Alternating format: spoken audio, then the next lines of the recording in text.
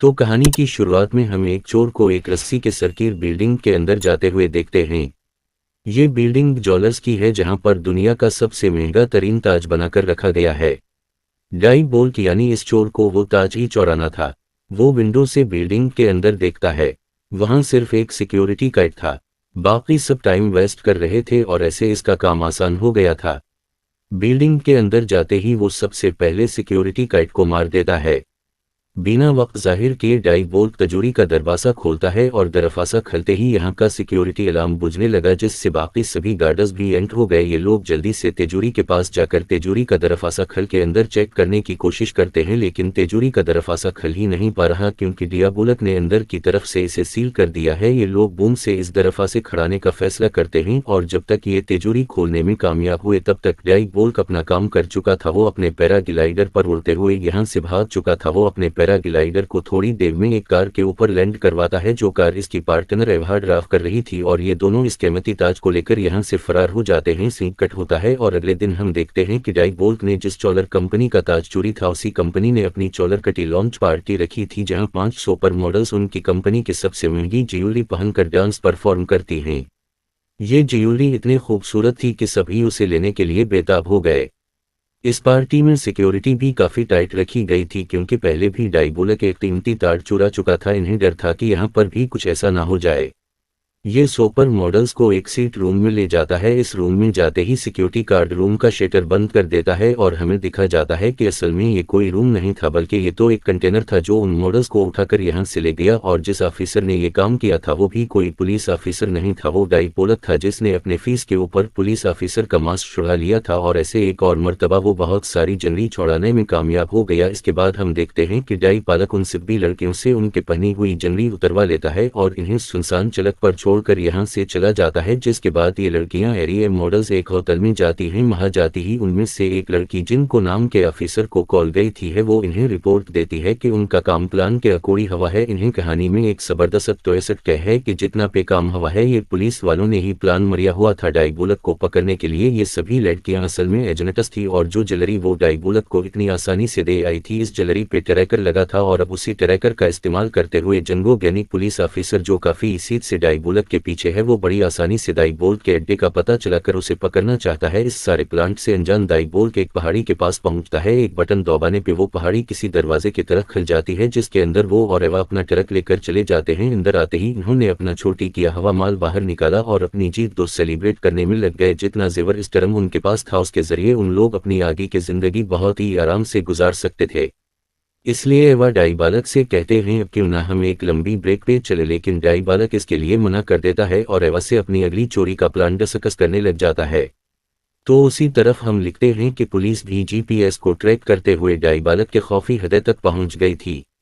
लेकिन यहाँ पर पहाड़ी देख के ये लोग बुरी तरह कंफ्यूज हो जाते हैं जिनको ये 9 पुलिस ऑफिसर अब इस पहाड़ी को बम से हराने का फैसला करते हैं और जैसे यही ये लोग यहाँ पे बलासित करते हैं तो इन्हें अंदर एक सरूद दिखाई देती है जिसके दूसरी तरफ डाई बोल्ट था जिसे टीवी कैमरा से डाई बोल्ट और एवा भी पुलिस को अंदर आता देख चुके थे। इसीलिए वो अपनी छोड़ी किया हवा सारा सामान यही छोड़कर कॉफी रास्ते से यहाँ से निकलने की कोशिशों में लग जाते हैं और जब पुलिस यहाँ पहुँचती है तो इन्हें वो दोनों यहाँ नहीं मिलते, लेकिन जिनको कोई यहाँ वो कॉफी रास्ता दिखाई दे गया था जिससे एवा और डाई बोल्ट की आसानत लेते वो भी उसी रास्ते से उनका पीछा गायता है और इन्हें देख भी लेता है उससे पहले कि पुलिस उन तक पहुंच दी। ये लोग देसी से भाग रहे थे लेकिन तभी एवा का पाँव एक चट्टान में फंस जाता है। डाई बोल्ट इसका पाँव निकालने की कोशिश तो करता लेकिन इतने टाइम में पुलिस उनके करीब आती जा रही थी और तब डाई बोल्ट अपने ही पार्टनर एवा को धोखा देते हुए उसे यहाँ पुलिस के लिए छोड़कर खुद अकेले ही भाग जाता है जो चीज एवा को दुखी कर देती है। ये सब पुलिस ने भी देख लिया था कि कैसे डाई बोल्ट ने एवा को धोखा दिया। उससे पहले कि पुलिस एवा वो पकड़ती एवा भी यहाँ करीब ही नदी के अंदर छलांग लगाकर अपनी जान पुलिस से बचा लेती है। गैरीन डाई बोल्ट और एवा दोनों ही पुलिस की चुंगल से बच निकले जिसकी वजह से जिनको वो बहुत ज्यादा उदास है क्योंकि वो बहुत ज्यादा मेहनत करने के बाद डाई बोल्ट के इतने करीब आया था और फिर भी इसके हाथ से वो निकल गया। खैर अब उनके हाथ डाई बोल्ट की चौड़ाई बेश कीमती चीजें लग जाती हैं, अरबों की ज्वेलरी, करोड़ों की पेंटिंग्स, गाड़ियां, पता नहीं किया उन सब चीजों को पुलिस अब अपने कब्जे में ले चुकी थी। यही पहल जनकों को एक शहन सुरंग में बनी हुई बिल्डिंग का रक्षण मिला। वो समझ गया कि जरूर कि डाइपुलक का एक दूसरा खौफी अड्डा होगा। फिर और सा है कि जनको इस बिल्डिंग में चाहता है और वहां की तलाशी लेना शुरू कर देता है। पहले पहले तो इन्हें यहाँ कुछ नहीं मिला, लेकिन फिर गलती से एक ऑफिसर का एक रिवर के ऊपर हाथ पड़ता है। रिवर के दबते ही वहां बेसमेंट के तरफ जाने वाला एक खौफी रास्ता खुल गया। जनको और इसकी टीम इस जगह को गौर से चेक करते हैं। ये जगह एक लैब जैसी थी और यहाँ पे डाइपुलक अपने लिए नकली मासिक बनाने का काम करता था, जिन्हें वो चोरी के दौरान इस्तेमाल करता होगा। इससे पहले कि पुलिस वाले यहाँ पे कुछ कहते हैं, जनको सिब्बी को यहाँ कोई भी चीज टच करने से मना कर देता है, क्योंकि वो जानता है जरूर डाइबोली के यहाँ अगली छोड़ी से पहले आएगा। सनकट होकर हम जनको की फिनसी को देखते हैं। वो इस शहर की मनगा है। वो जनको से बहुत प्यार कहती है और इससे शादी कहना चाहती है, लेकिन जनको से कहता है कि हम अभी शादी नहीं कर सकते, जब तक मैं डाइबोली को लेप कर लेता तब तक मैं शादी नहीं करूंगा। ये सुनकर वो क्वीन शक हो गई। वो जनको से कहती है, अच्छा ठीक है, कुछ दिन बाद मेरी पार्टी है, इसमें मैं बहुत की इंतजार पहनूंगी। मैं चाहती हूँ कि तुम इस दिन में साथ पार्टी में रहो ताकि इस नेक्टरस को कोई छुड़ा न सके। सनकट ओके हमें उसी बिल्डिंग का सीन दिखाया जाता है जहां डाइपुलक ने मासिक बनाने वाली मशीन रखी थी। यहाँ पर बहुत से पुलिस ऑफिसर तैनात थे। डाइपुलक वहां पर माइक लगाकर सभी पुलिस ऑफिसर की बातें सुनना शुरू कर देता है। पुलिस वाले अपनी ड्यूटीज चेंज कर रहे थे और अब ड्यूटी थी रोलर की। इससे पुलिस ऑफिसर के यहाँ से जाते ही डाइपुलक बेसमेंट का दरवाजा खोल देता है। बेसमेंट का दरवाजा खोलते ही ऑफिसर की भी नजर डाइपुलक पर पड़ती है और वो गोलियों की बरसात शुरू कर देता है, लेकिन एक भी गोली डाइपुलक को नहीं लगी, क्योंकि उनके दरमियान में एक मिरर की दीवार है। गोलियों की आवाज सुनते हुए सभी ऑफिसर्स अलर्ट होकर इस बेसमेंट में आ गए, जहाँ आकर वो देखते हैं कि रोलर यानी उनका पुलिस ऑफिसर जमीन पे बेहोश पड़ा था और डाइपुलक अपनी मासट बनाने वाली मशीन छोड़कर भाग चुका था। ये खबर जैसे ये जिन को मिलती है तो जिन को अपने ऑफिसर्स पे बहुत ज्यादा गुस्सा हो रहा था कि कैसे डाइपुलक उनके नाक के नीचे से अपनी मशीन ले गया। अब अगले दिन जनको को हार अथॉरिटीज बुलाती हैं। वो जनको से पूछते हैं कि अब आपकी अगली स्ट्रेटेजी क्या होगी। अब ये लोग बातें कर रहे थे कि यहाँ उनको एवा की कॉल आती है। एवा जानती थी कि डाइपुलक के साथ साथ पुलिस उसे भी ढूंढ रही है। वो पुलिस से ये कहती है, डाइपुलक ने मुझे धोखा दिया है, इसलिए मैं डाइपुलक को पकड़ने में आपका साथ दूंगी, लेकिन इसके बदले मुझे भी आप लोगों से कुछ चाहिए। डाइपुलक को पकड़ने के बाद आप लोग मुझे आजाद कर देंगे, मेरे ऊपर लगे हुए सभी इल्जामात सितम कर दी जाएंगे और साथ ही आप लोग मुझे इस दी सलामत एक दूसरी कंट्री में सेटल भी करेंगे। ये सारी बातें कहने के बाद एवान से कहती है, मैं आप लोग को फैसला करने का सिर्फ आधा फीटा दे रही हूँ। ये कहते ही वो फोन बंद कर देती है। हर औरतीस को एवान का ये आइडिया पसंद आया। इन्होंने जनको को उसी आइडिया पर काम करने के लिए कहा, लेकिन जनको इस बात पे एग्री नहीं था। वो डाइपुलक के साथ साथ एवा को भी पकड़ना चाहता था। कुछ सोचते हुए वो इस ऑफिस दिन का घर अपने ऑफिस में चलना चाहता है। वहां अपनी टीम से बैटिंग करते हुए वो एक प्लान करता है कि जब अगले आधे घंटे बाद मुझे एवा की कॉल आएगी तो मैं एवा को बातों में उलझा कर रखूंगा। तुम लोग एवा की लोकेशन ट्रैक करना और जाकर उसे गिरफ्तार कर लेना। जनको का बनाया प्लान बिल्कुल ठीक फर्क रहा था। जैसे ही एवा ने उसे कॉल की, उसे एवा को बातों में लगा ली और पीछे से पुलिस इसकी लोकेशन को ट्राई करते हुए इस तक पहुंच गई, लेकिन एवा किसी खौफी आईडी से नहीं बल्कि एक नॉर्मल फोन बूथ से इन्हें कॉल करी थी। अब जैसे ही ये लोग एवा को पकड़ने के लिए फोन बूथ में जाते हैं तो देखते हैं कि वहां कोई नहीं, क्योंकि एवा फोन बूथ के बिल्कुल ठीक नीचे नेगिस सुरंग से भाग चुकी है और ऐसे चनको का प्लान एक मर्तबा फिर फेल हो गया। यहाँ पुलिस स्टेशन में जितना भी पुलिस ने डाइपुलक का चुराया हुआ सामान उठाया था, एक ऑफिसर नोटिस कर दी है कि इसमें से एक ब्रेसलेट गायब है। वही ब्रेसलेट जिसके अंदर ट्रैकर लगा था। वो जान गई थी कि जरूर ये एवा के आदमी ही होगा और उस जैस की खबर वो फौरन जनको को दे लेती है, जिसका मतलब था कि ये लोग अभी भी एवा की लोकेशन को ट्रेस करके उसे पकड़ सकते थे। उनका शक बिल्कुल ठीक था। एवा ने वो ब्रेसलेट पहन रखा था जिसकी मदद से वो लोकेशन को ट्रैक करते हुए इस तक पहुंच जाते हैं। एजेंट रोलर इसके पास पहुंच दिए, इसके ऊपर बंदूक तान चुके थे। इससे पहले कि वो एवा को गोली मार देता, एवा उसके ऊपर ही हमला करते हुए इसकी बंदूक छीनकर यहाँ से उसी की गाड़ी में भाग जाती है। जब जिनको लोकेशन तक पहुंच जाता तो तब तक एवा वहां से जा चुके थी। इन्होंने रोलर को जमीन पे गिरा हुआ पाया।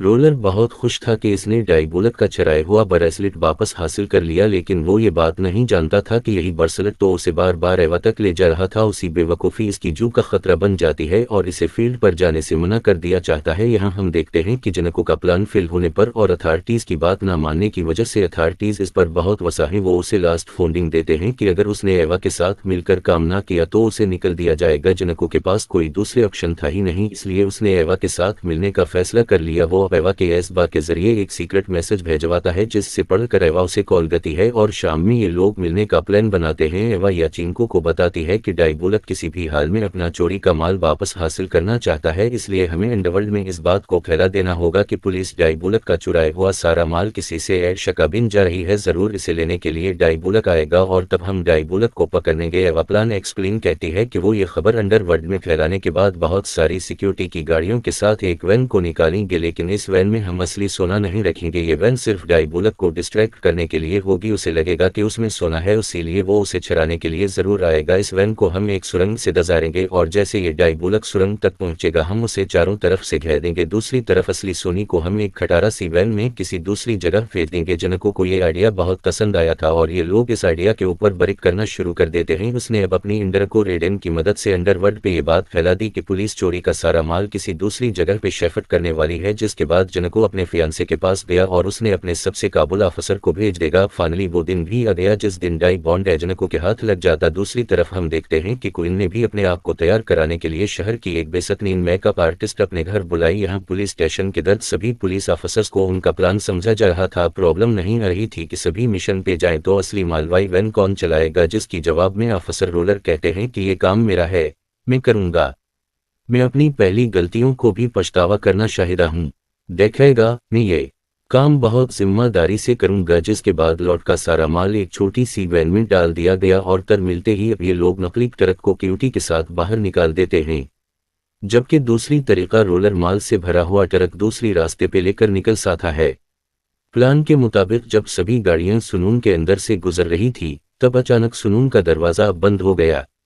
अचानक साइड से एक आदमी निकला, सबको लगा कि ये डाइबोल्क है। सबने धरा इसके ऊपर गोलियां चुनाना शुरू कर दी, लेकिन ये तो सिर्फ एक मोम का पतला था। संकट होकर हम क्वीन को देखते हैं जिसका नेकलेस भी चोरी हो चुका था। दूसरी तरफ रोलर भी इस महल बिल्ली गाड़ी को हाईवे से उतार कर जंगल के रास्ते पे ले जाता है, जहां कुछ ही दूर जाने पे उसे एक लड़की मिलती है। ये दोनों मासिक उतारते हैं और इस तरफ से बड़ी हकीकत हमें ये रेविनेट होती है कि वो लड़की, वो मेकअप आर्टिस्ट जो यहाँ रोलर को मैनी है, वो कोई और नहीं बल्कि एवा है जिसने एक कोई इनकार नेकलेस छोड़ा लिया है। और ऑफिसर रोलर भी असल में पुलिस ही बल्कि डाइबोलक ही है। सनस फ्लैश वीक मैस आते हैं और हमें पता चलता है कि ये सारा डाइबोलक का बनाया हुआ प्लान था। इस दिन सनस जानबूझ के एवा को पैथे छोड़ा था ताकि पुलिस को लगे कि इसने एवा को धोखा दिया है और वो एवा की बातों पर यकीन कर ली। और इस दिन जिस दिन डाइबोलक अपनी मासिक मशीन छोड़ाने के लिए बेसमेंट में गया था, इस दिन उसने ऑफिसर रोलर को सच में मार डाला था, जिसके बाद उसने ऑफिसर रोलर का मासिक बनाया और खुद पहन गया। इतने दिन से वो शादी छोड़ पुलिस के दरमियान में ही घूमता रहा और किसी को शक भी नहीं हुआ। डाइबोल्क ने अपना लूटा हुआ सारा माल दोबारा हासिल कर गया था और ये जान के चनको को सबसे ज्यादा सदमा हुआ, ना इसके हाथ डाइबोल्क लगा और ना ही इसके हाथ आया सारा माल, साथ साथ उसने अपने फियांसे का बेशियातीन नेकलेस भी गवा दिया। यहाँ डाइबोल्क पर एवा अपनी चढ़ाई हुई सारी दौलत देकर एक दूसरी मुल्क शिफ्ट हो गए जहाँ इन्होंने एक अच्छी लाइफ गुजारने का फैसला किया था और उन दोनों को दिखाते हुए ये मूवी यहाँ सितम हो जाती है।